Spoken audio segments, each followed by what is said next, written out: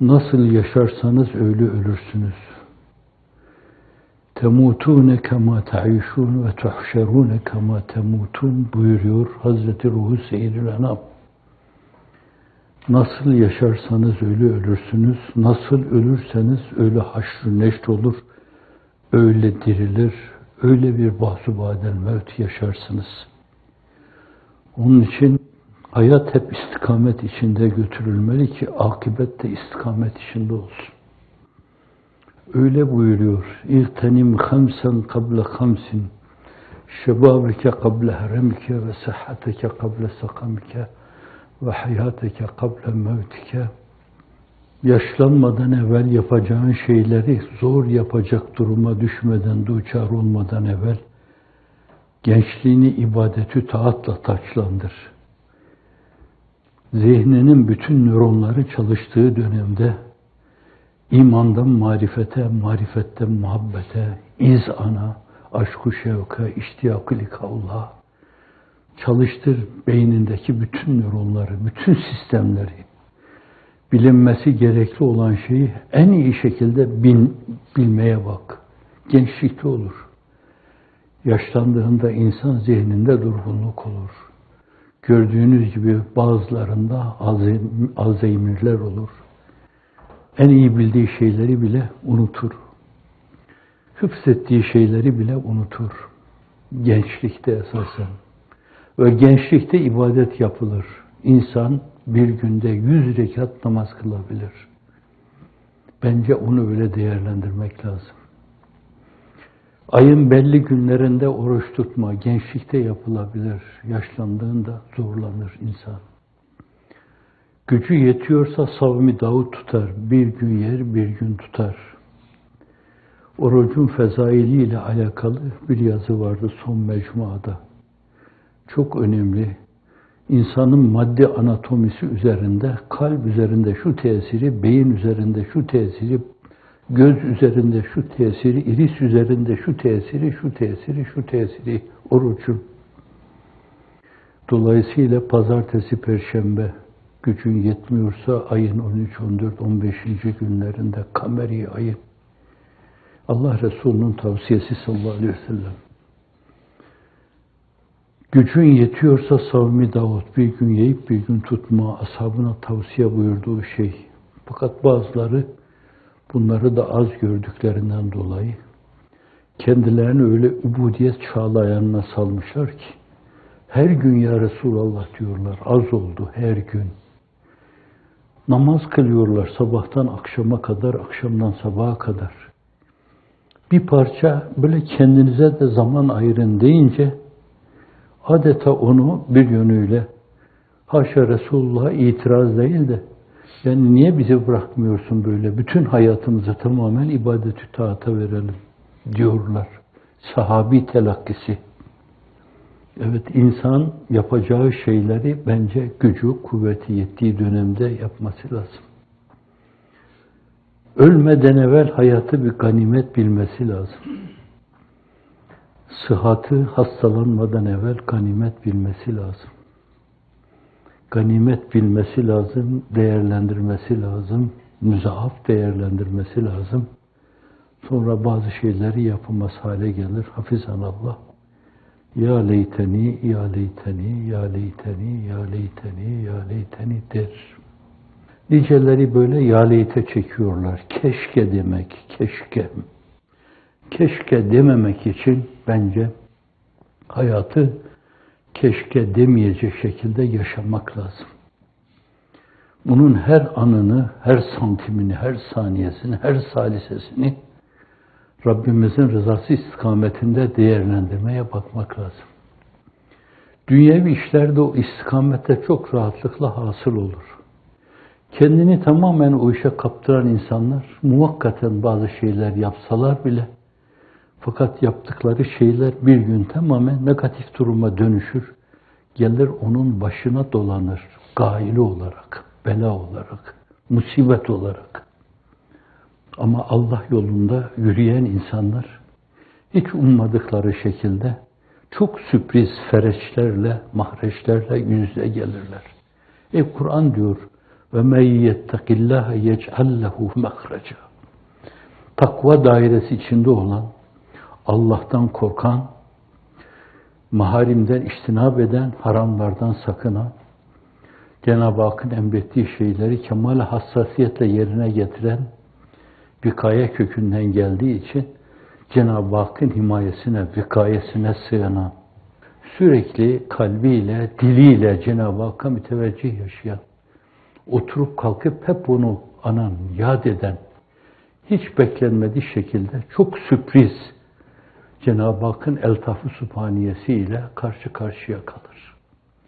Elin alemin kaybettiği yerlerde, böyle o kaybediyor gibi gördüğü alanlarda hep böyle kazanma kuşakları içinde kendini bulur. El alem kazanıyorum diye kazanma kuşağında kayıplar yaşarken, o kaybediyorum dediği yerde iç içe kazanmalar yaşar Allah'ın izni inayetiyle.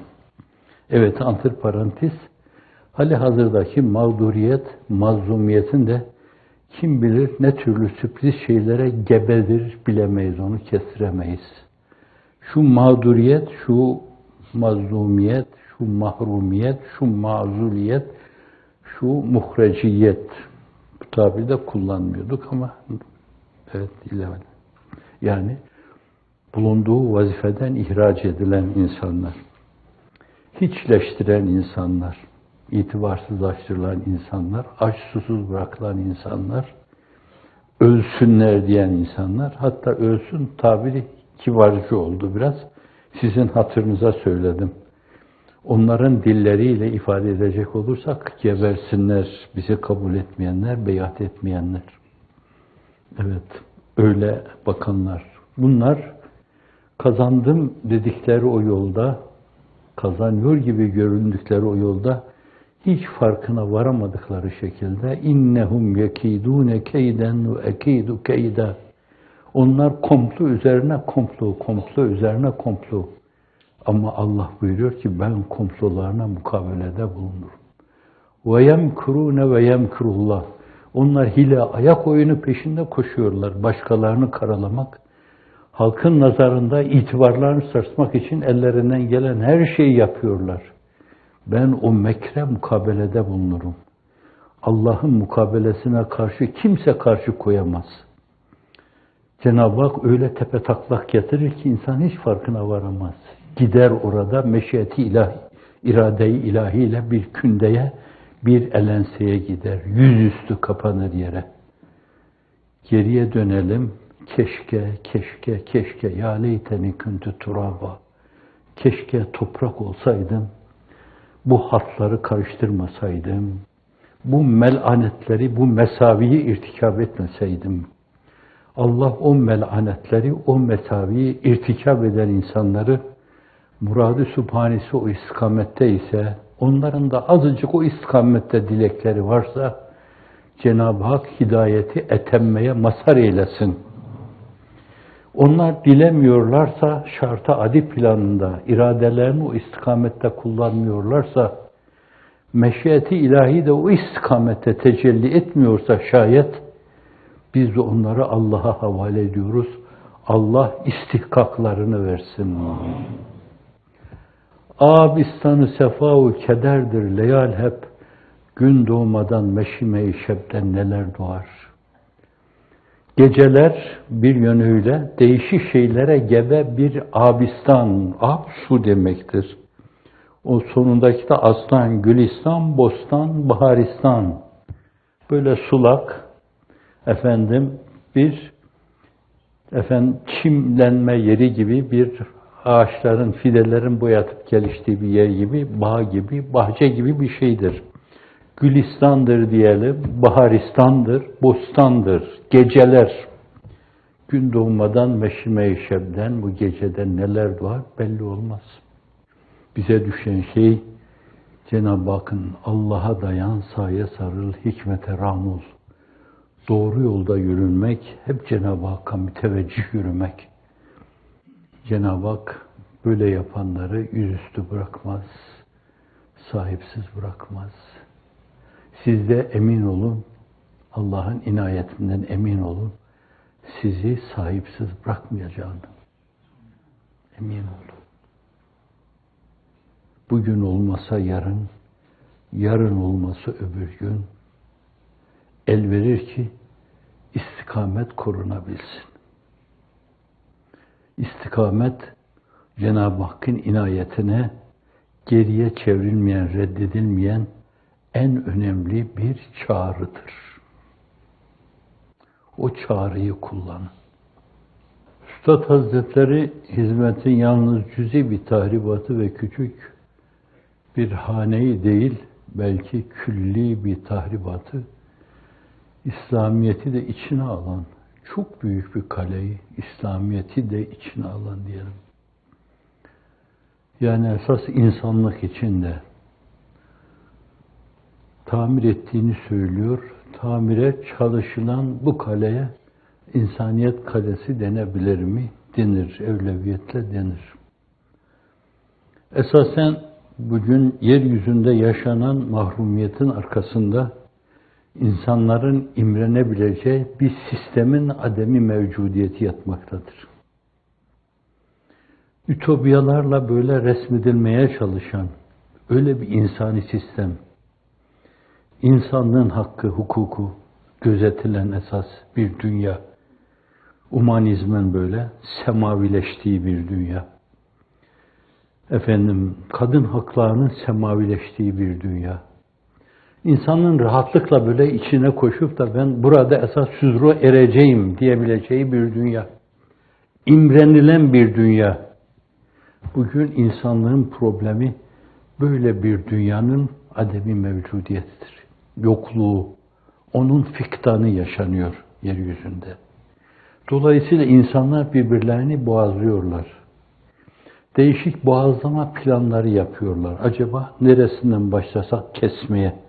Boğazından mı, kollarından mı budasak, ayaklarından mı budasak, yoksa gözlerini mi oysak, kulaklarına mı bilmem ne filan döksek, işte kurşun döksek filan, böyle şeytani planlar.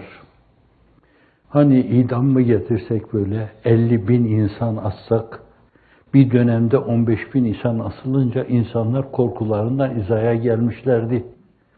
Şimdi de 50.000 tane insanı berdar edersek zannediyorum, kavminin Firavun'a beyat ettiği gibi bunlar da çağın firavunlarına beyat ederler. Çağın Amnufislerine, Ramseslerine beyat ederler filan. Sürekli böyle şeytani mülahazalar. Şimdi İslam dünyasının çehresine bakan, İslam dünyası diyorum umumi manada, çehresine bakan veya bir mercek koyan veya bir dürbünle onu temaşaya koyulan bunları görüyor, bunları okuyor. Meseleyi bu resim içinde mütalaa ediyorsa niye imrensin ki, niye gelsin ki oraya? Bu açıdan da esasen başta İslam dünyasının problemi imhan problemidir. Onun için çağın sözcüsü bütün himmetini, iman hakikatlarını insanların içine yerleştirmeye matuf. O mevzuda hep tahkimatta bulunmuş. Bir meseleyi belki 10 yerde farklı üsluplarla. Bu üsluba da Kur'an-ı Kerim kendine ait tasnif diyor. Farklı versiyonlarla Allah'a iman bir yerde bir üslupla anlatıyor, başka bir yerde bir üslupla anlatıyor, başka bir yerde kabiliyetler, istidatlar, ilim ufukları, anlayışlar, meslekler, mizaçlar, meşrepler, farklı dilden anladıklarından. Kimisi Hicaz'ı anlıyor, kimisi Uşşak'ı anlıyor, kimisi Sabah'ı anlıyor, kimisi Hüzzam'ı anlıyor, kimisi Segah'ı anlıyor. Dolayısıyla bu değişik makamlarda meseleleri sunma, tasnif, farklı versiyonlarla meseleleri sunma, değişik yerlerde. Amanın herkes istifade etsin, herkes âmentü billahi ve melâiketihi ve kutubihi ve rusulihi vel yevmil âhiri ve bil kaderi hayrihi ve şerrihi minallahi teâlâ vel ba'th ba'del mevt hakkun. Eşhedü en la ilahe illallah ve eşhedü enne Muhammeden abduhu ve resuluhu erkâne imaniye. Ama daha çok o 4 tane esas üzerinde duruyor. O 4 tane esas bütün dinler ittifak etmişler. Gazali birini diğerine irca etmek suretiyle 3 tane diyor esasen. Bu esaslar üzerinde taşhidatta bulunuyor. İnsanlığın en önemli kaybı iman kaybı. İmanını yitirmiş insanlar. Allah'a inanmaları gerektiği ölçüde inanmamışlar. Peygamberimize inanmaları gerektiği şekilde inanmamışlar. Allah'a en sevdiklerinden daha fazla aşk derecesinde muhabbet duyamamışlar. Bir Hazreti Ömer edasıyla seni nefsim dahil her şeyden fazla seviyorum ya Resulallah diyecek kadar Allah Resulü sevgisiyle, o sevginin heyecanıyla oturup kalkmamışlar. Bu duyguyu, bu düşünceyi içtenleştirme, asıl mesele buymuş. Hazreti Piri Mugan, Şemitaman, Ziya-i Himmet, çağın sözcüsü, himmetini bu noktada teksif ediyor. İman meselesi diyor. Dolayısıyla bu kala tamir edildiği zaman, dolayısıyla İslam neye amirdir yani? Ahlak-ı âliye İslamiye dediğiniz zaman ahlak kitaplarına bakın orada. Bu defa insanların yerinde meleklerin yürüdüğünü göreceksiniz. Camide mihraba geçen imamın, ya bu Cebrail mi, Mikail mi, İsrafil mi diyeceksiniz. Toplumu hale gelecek yani. Yalan dendiği şey, diyecekler ki o ne ki acaba? Sözlüklerden bile silinip gitmiş yalan. Kendini yalan çağlayanına salmış, bir daha geriye dönmemiş. İftira silinecek sözlüklerden. Yahu iftira denen şey nedir yani? Diyecekler. İtibarsızlaştırma. İnsanlar hakkında olumsuz düşünme. Bütün bu mesavi ahlak, Hazreti Gazali ifadesiyle mühlikat. Bütün zihinlerden silinip gidecek. Ve insanlar onları hatırlamak için esas soracaklar başlarına. Ya bu neydi acaba? Gazap neydi böyle? Kin neydi? Nefret neydi? Haset denen şey neydi? O melun neydi? Hani günümüzde bolca yaşanan bu kıskançlık, o haset, o çekememezlik. Sen yapıyorsun, ben yapamıyorum. Dolayısıyla seni yok etmem lazım benim. Bu melanet şeyler bolca yaşanıyor. Enflasyonu var. Böyle bir dünya, iman blokajı üzerine oturttuğunuz zaman, o meselenin statiğini de İslami kıstaslara göre yaptığın zaman, yıkılmayacak, sarsılmayacak şekilde bina ettiğin zaman ki, Hazret bütün himmetini o istikamet teksif etmiş. Evet, ütopyalarla ulaşılamayan o dünyayı tesis etmiş olacaksınız.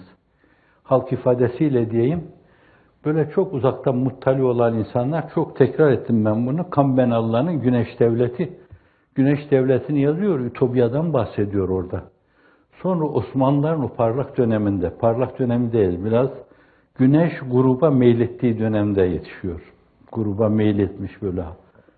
Hava az serinlenmeye başlamış. İkindi sonrası dönemi. O dönemi sorgulayabiliriz. O kıvam yavaş yavaş renk atmaya başlamış, matlaşmaya başlamış.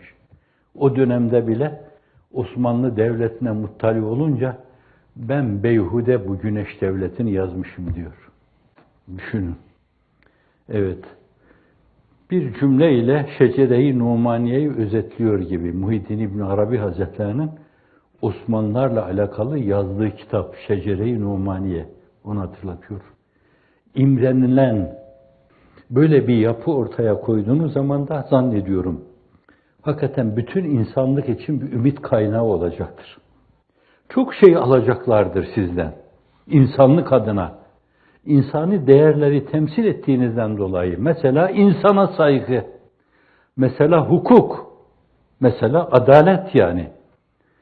İnsanlar sizden bunları almak suretiyle kendi dünyalarında da üfül huzurun estiği bir dünya oluşturacaklar kendi dünyalarında da.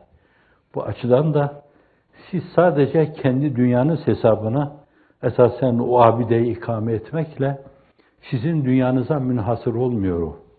Aynı zamanda bütün dünya adına bir şey ifade ediyor. Öyle bir abide dikiyorsunuz ki dünyanın neresinden bakılırsa bakılsın görülüyor. Neresinden, hangi zaviyeden bakılırsa bakılsın imreniliyor ona. Yahu ne abideymiş bu böyle. Şimdi bugün insanlığın mahrum olduğu esasen böyle bir yapıdır.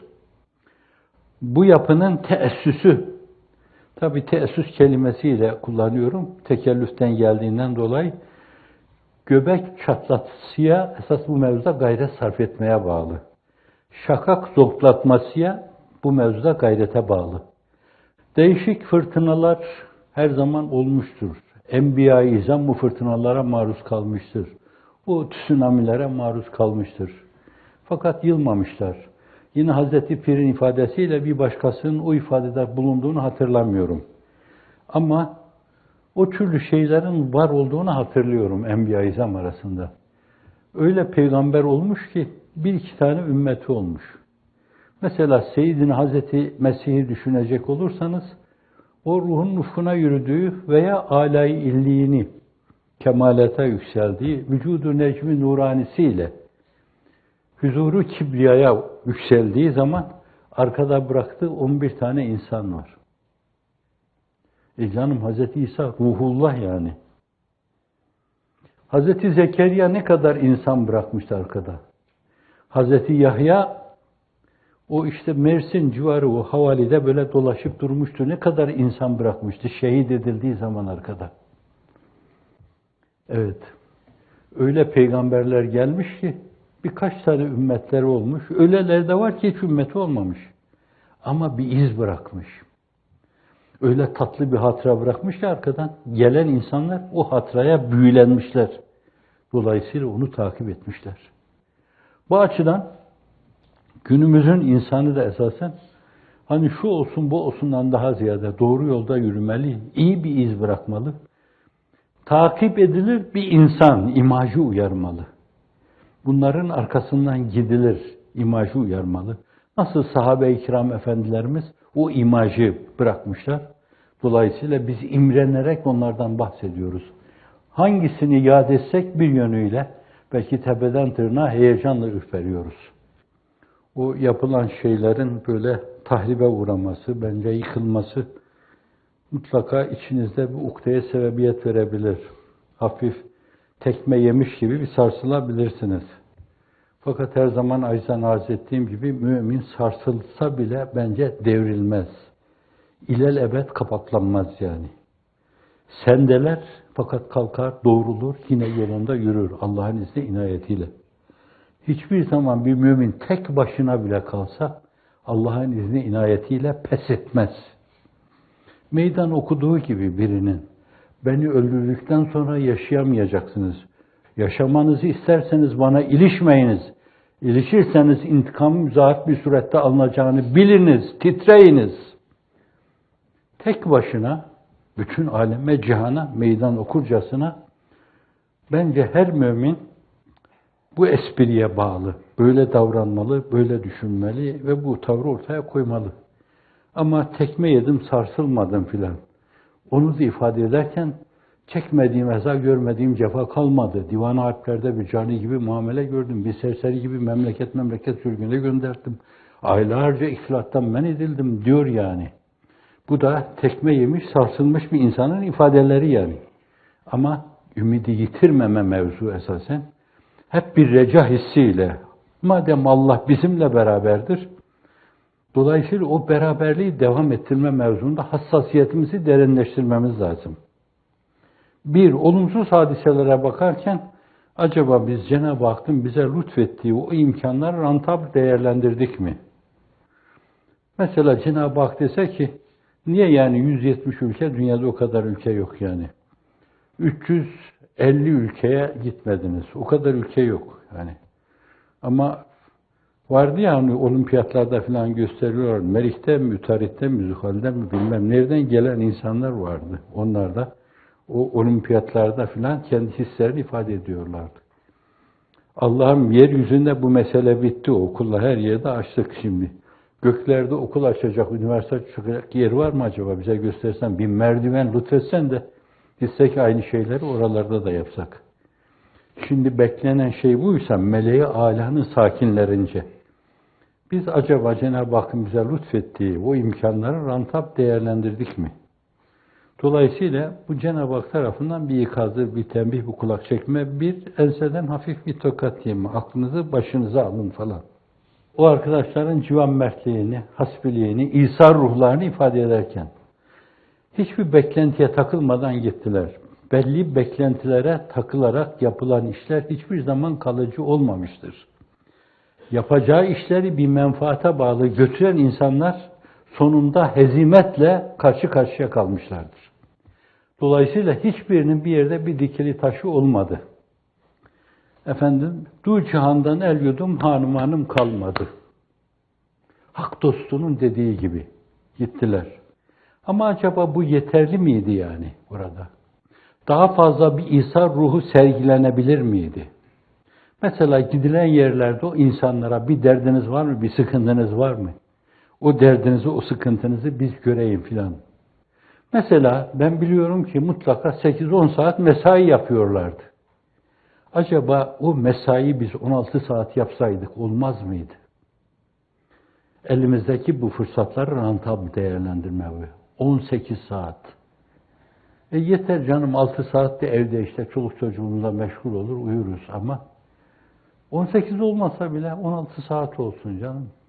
4-5 saat tabii uyku uyuruz, diğer çocuklarla meşgul oluruz, yemek yeriz filan. Acaba zamanımızın çoğunu o işe vermedik, ondan dolayı mı oldu yani? Bir, meseleye bizler açısından bakmak lazım. Yapılan şey böyleyse, Ebu Bekir gibi, Ömer gibi, Osman gibi, Ali gibi davranmak lazım. O koca halife Mescid-i Nebevi'de kumlar üzerinde yatıyordu. Hazreti Osman Efendimiz kendisi Beni Ümeyye'den çok zengin bir insandı. Çok zengin. Halife olduğu zaman Mescid-i Nebevi'de kumdan yastık, döşek kumdan orada yatıyordu. Gelen ya emirel müminin diyordu. Orada halini arz ediyordu. Mukayese yapın. Saddamlarla, Kazzafilerle, Hitler'le ve daha bilmem kimlerle mukayese yapın yani. Onlar öyleydi. Bahsettiklerim de böyle. Dünya adına asla beklentiye girmediler. Dünya adına kendileri için bir şey yapmayı hiç düşünmediler. Dolayısıyla Cenab-ı Hak da onları muvaffak kıldı.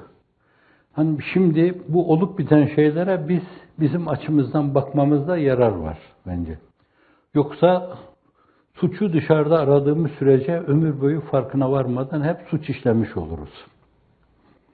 Kendimizi bir dabbağın deri yerden yere vurması gibi cuma günü arz ettim. Vurmazsak şayet başkalarını dabbağın deri yerden yere vurduğu gibi vurmaya başlarız. Öyle yapıyorlar ya hani bazıları açık gözler. Yani suçlarını, cürümlerini, mesavilerini başkalarına atfetmek suretiyle onları yerden yere vuruyorlar. Yerden yere vurulacağı yerden yere vurmazsanız farkına varmadan yerden yere vurulursunuz. Evet, kendimizi yerden yere vuralım. Acaba daha neler yapılabilirdi? Acaba yapmadık bunu. Onun için elf estağfurullah, elf estağfurullah. Allah'ım yeniden bize o imkanları lütfeyle ve bize aynı zamanda onlara rantab değerlendirmeye muvaffak kıl diyelim. Samimi, içimizi Cenab-ı Hakk'a dökelim. Mutlaka bu isteklere, bu taleplere, bu suallere Cenab-ı Hak cevabı sevap verecektir. İnanıyoruz. Üd'ûni estecib leküm. İsteyin, dua edin, icabet edeyim buyuruyor. Haşa ve kella. Allah'ta hulful vaad olur mu? Vaad ediyor. Evfu bi ahdi, ufi bi ahdikum. Sözünüzü yerine getirin. Ben mukabelede bulunayım. Aynı şekilde mukabelede bulunayım diyor. Bir diğeri şimdiye kadar olumlu, pozitif şeyler karşısında şeytan kendi avenesini her zaman harekete geçirmiş. Hazır ol, rahat, hücum falan demiş. Her dönemde öyle olmuş. Kimi olmamış ki? Hazreti Nuh olmuş. Hazreti İbrahim gibi kalbi hep şefkatle çarpıp duran bir insanı olmuş. Hazreti Hud'a olmuş. Hazreti Salih'e olmuş. Efendim Hazreti Lut'a olmuş. Efendim Hazreti Musa'ya olmuş. Hazreti İsa'ya olmuş. Bütün Enbiya İzamı olmuş. Biri Adem, diyeyim İbrahim Hakkı Hazretleri'nin. Biri Adem, biri İdris, Nuh, Hud ile Salih, hem İbrahim, İshak, İsmail, Zebihullah, Dahi Yakub ile Yusuf, Şueyb, Lut ile Yahya, Zekeriya ile Harun, Ahi Musa, Kelimullah ve Davud'u ve Süleyman, Dahi İlyas-ı Eyyub'dur. Birisi Elyese'dir, Ahi İsa'dır, o Ruhullah. Birinin ismi Zülküflü, biri Yunus Nebi'dir, hem Hatem-ul Habibi Hak Muhammed'tur Resulullah. Üzeyir, Lokman, Zülkarneyn, üçünde ihtilaf olmuştur ki bazı der Nebiyullah ve bazı der Veliyullah. Hangisinin başına gelmemiş ki bunlar? Bunların başına gelmekle beraber onlardan sonra onların gölgesi, zilli, izafi olarak bir yönüyle onların konumlarına ait şeyleri temsil eden büyük insanların başlarına gelmiş. İbn Beşiş tek başına hayatını mağarada geçirmiş. Şahi Geylani Hazretleri çekmediği şey kalmamış. İmam Rabbani Hazretleri zindanlara düşmüş. Mevlana Halid değişik şeylere maruz kalmış. İşte son, yani en canlı misali Hazreti Piri Mugan. 28 sene çekmediğim eza, görmediğim cefa kalmadı falan diyor yani. Asliyet planında esas Allah'la münasebeti temsil eden insanlar akla hayale gelmediği şeylere maruz kaldıkları gibi aynı zamanda zilliyet planında, izafi manada onların yolunda yürüyen insanlar da aynı şeylere maruz kalmışlar. Ama bir yönüyle burada antiparantez arz edeyim. Eğer şeytanın aveneleri tarafından böyle bu türlü şeylere maruz kalıyorsanız doğru yolda yürüdüğünüze inanabilirsiniz. O zaman tercihinizi yapın yani. Doğru yolda Allah'a doğru yürümek mi?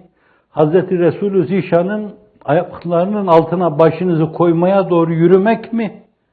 Yoksa dünyada birilerine yalakalık yapıp bazı şeyler elde etmek mi? Özür dilerim.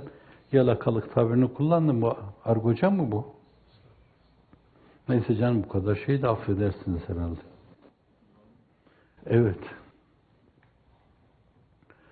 Şimdi eğer Enbiya-i İzam'a karşı çıkan kimseler günümüzde de size karşı çıkıyor, size işkence ediyor, size eziyet ediyor, sizi öldürüyor, nehirlerde boğulmanıza sebebiyet veriyor. Böylelerinin yolunda yürümek mi? Hep yapmışlar, aynı şeyleri yapmışlar.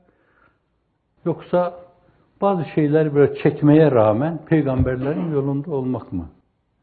Bence bunu doğru bir yolda yürümenizin emaresi saymalısınız. Öyle, bunda şüphe yok.